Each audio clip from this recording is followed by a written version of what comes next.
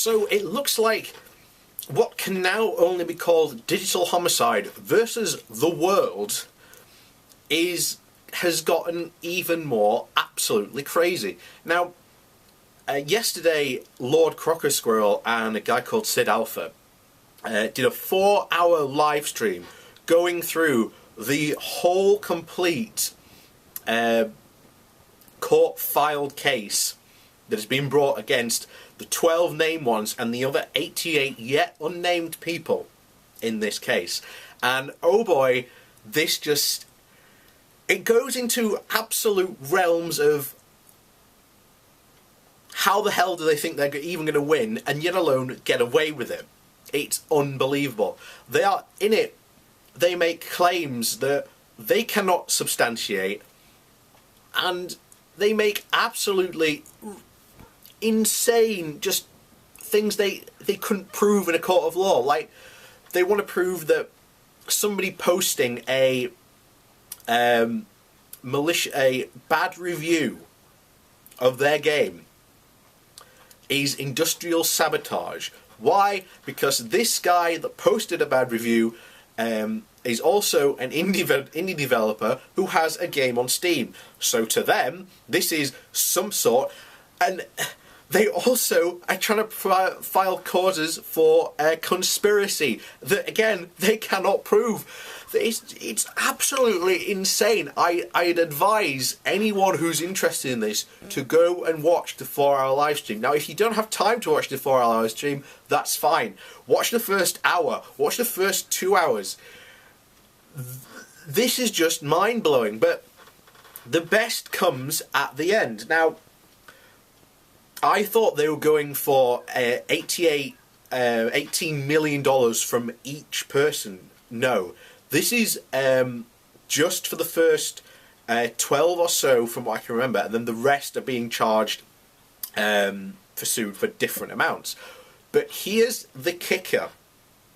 Digital Homicide have put in this lawsuit numerous times that their complaints aren't directed against the user, but when you read into them, actually that's directed at Valve.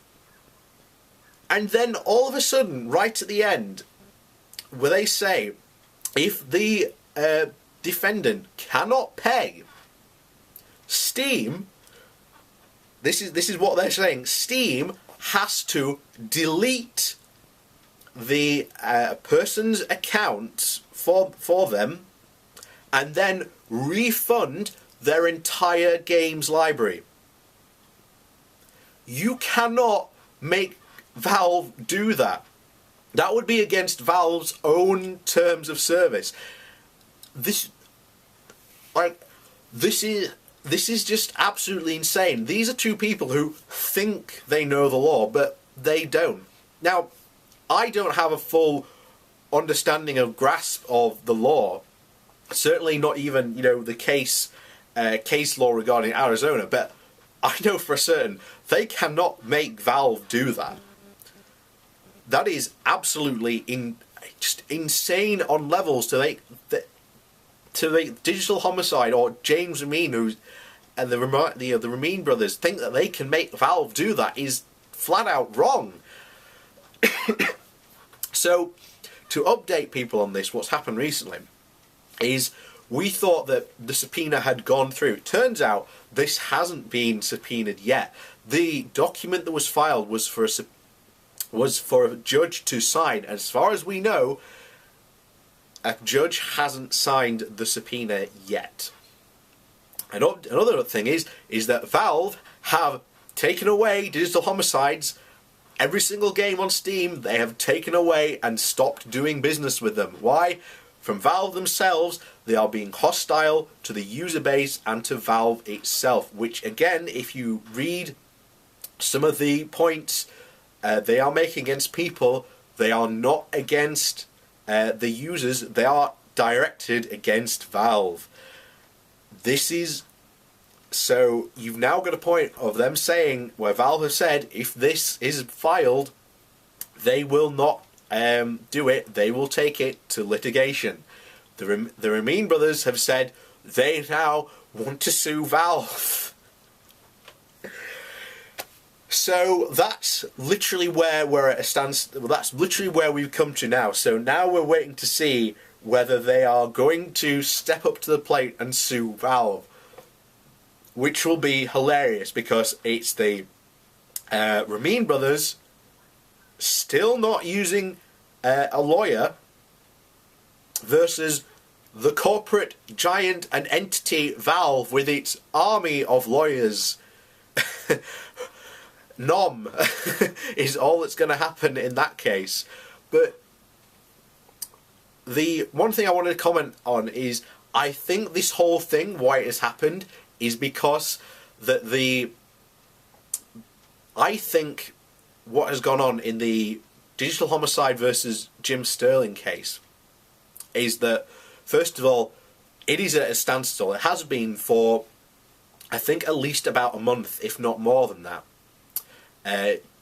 Jim's lawyers filed a motion to dismiss, and the Ramins have appealed it, but as of yet, they haven't managed to get that done. So that means that basically this case has been in a deadlock. Now, I think because of that, they are resorting to this, and this is what has caused this, or something has been said in that case which we don't know yet, which has caused this, lawsuit of them suing 100 Steam users to happen. We don't know what's happened, why. Maybe it has been something to do with the Dem versus Jim Sterling case. We don't know, but more as it comes and as I find it, I will report on it, because this just keeps getting more and more ridiculous. It really, really does.